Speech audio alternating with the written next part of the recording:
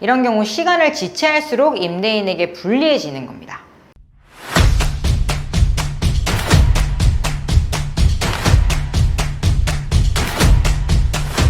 안녕하세요. 부동산 전문 변호사 쪼변입니다.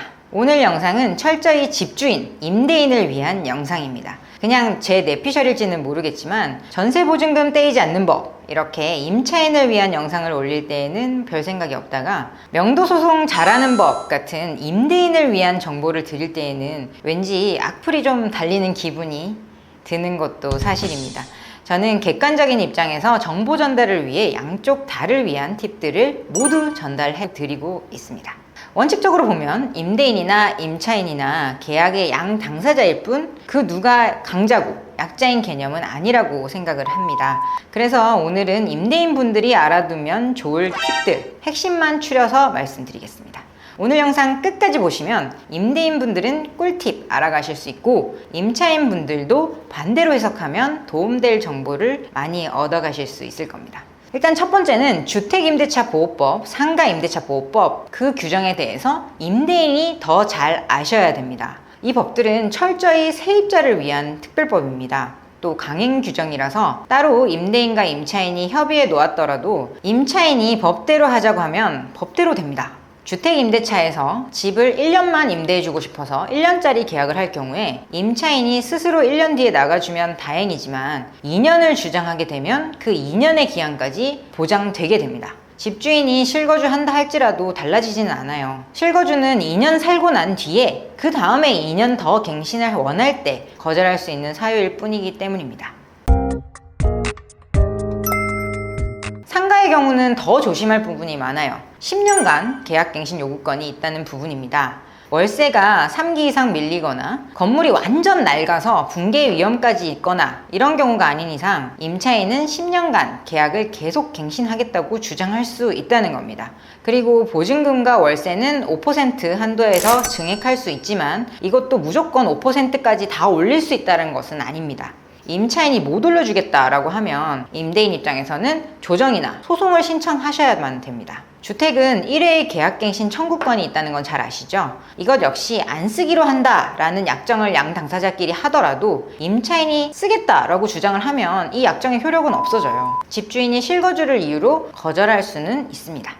두 번째, 임대차 시작할 때의 주의점 말씀드릴게요. 임대차 종료할 때 원상 회복이 가장 다툼의 원인이 많이 되는데요. 임대차 시작 당시의 내부 상태를 사진과 동영상으로 꼭 남겨둘 필요가 있습니다.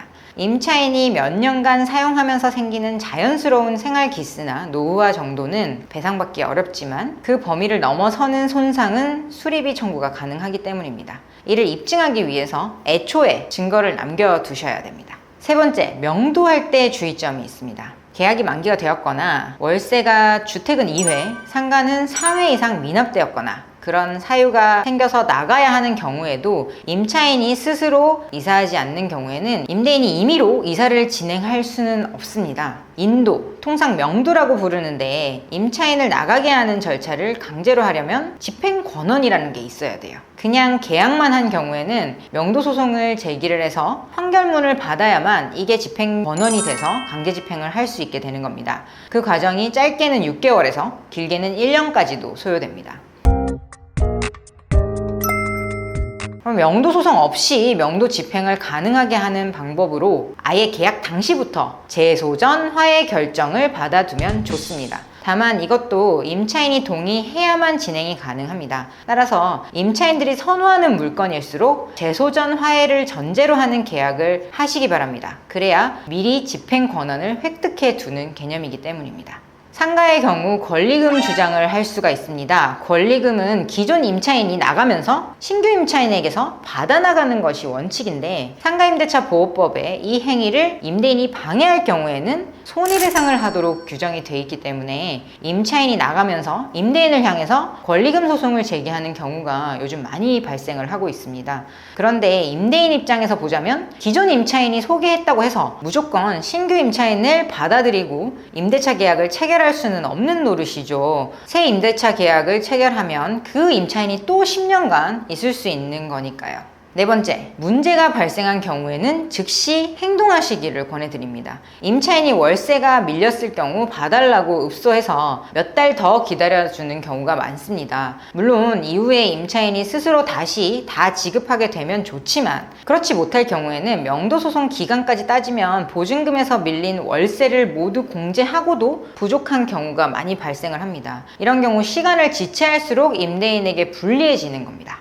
그 외에 상가의 경우에는 임대인 동의 없이 점포의 일부분을 전대했다던가 하는 등의 여러 가지 문제가 생길 수 있습니다. 그러니까 문제가 발생했다 하면 바로 변호사나 법무법인을 찾으셔서 문제 해결 방법을 모색하고 바로 실행하여야 손해를 최소화할 수 있습니다. 오늘의 영상을 요약하자면 첫 번째, 주택임대차보호법, 상가임대차보호법 규정을 잘 알아두십시오. 두 번째, 임대차 시작할 때 특히 원상회복 문제를 생각하셔서 사진, 동영상 찍어 놓으시고요. 세 번째, 명도하실 때 명도소송을 잘 제기하셔야 되고 재소전화에 미리 받아두시면 좋습니다.